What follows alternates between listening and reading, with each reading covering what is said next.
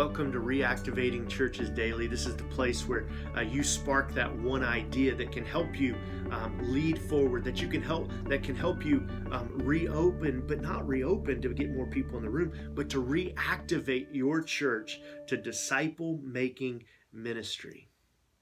You know, sometimes it's hard for us as leaders to accept advice or to take advice. It's not that we think we're a know-it-all. It's just that we think we know it all.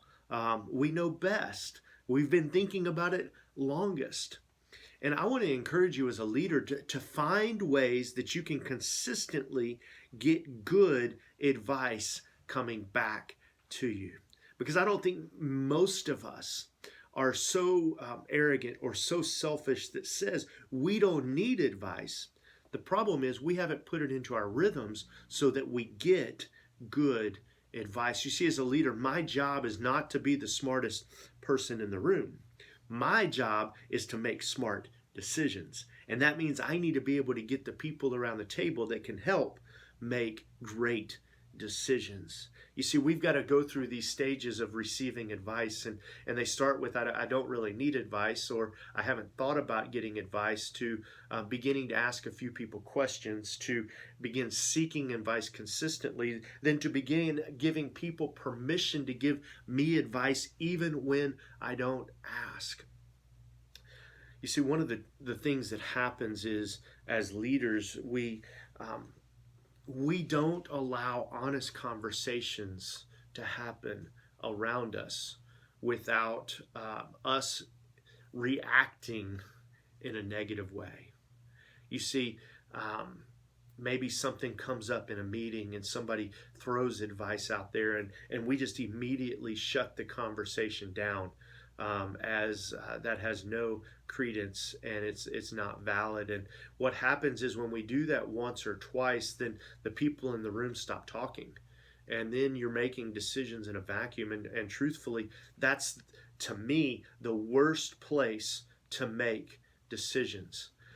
I remember in Missouri, we were doing a $3 million building repurpose, and it was an old church complex that had been built in various stages. You know how when you go make hospital visits, you go to the hospital and everything's kind of stuck together.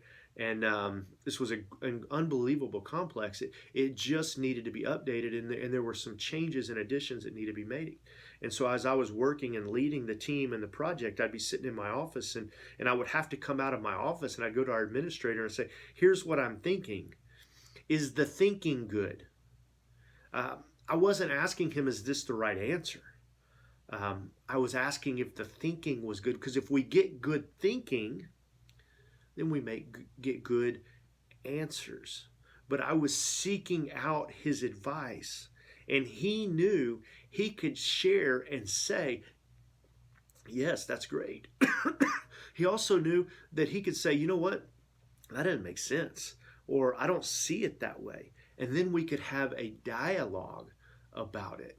It didn't mean that I just completely moved away from what I was thinking. It just meant we could have a dialogue through it. But you have to open the door for people to be able to give you advice. One of the other things that happens is, we have already so determined the destination before we invite anybody into the conversation. Like, it's over. It's done. We don't need any other ideas. We don't need advice. We don't need anybody to speak to it. And what that means is that people begin to recognize it, and then your team stops thinking for themselves. They just simply just wait until you tell them what's going to happen next. And then your team doesn't get better. You become actually the lid, because they're just waiting for your ideas. And so, leaders, today's simple tip is that you need to find a way to consistently invite advice into your meeting place. You need to invite advice into your planning and your preparation. You need to invite advice in consistent ways so that people begin to get comfortable being able to be a part of the conversation. Because when you have smart people speaking into the conversation, your ideas, your plans get better. And truthfully, leaders, when you're able to get that kind of advice and that kind of feedback, you become a much better leader. So I want to encourage you, find ways to have consistent advice put into your life so that you can become a better leader, and so that your church can begin maximizing its influence, so that you can unleash the potential to make disciples in your community of faith.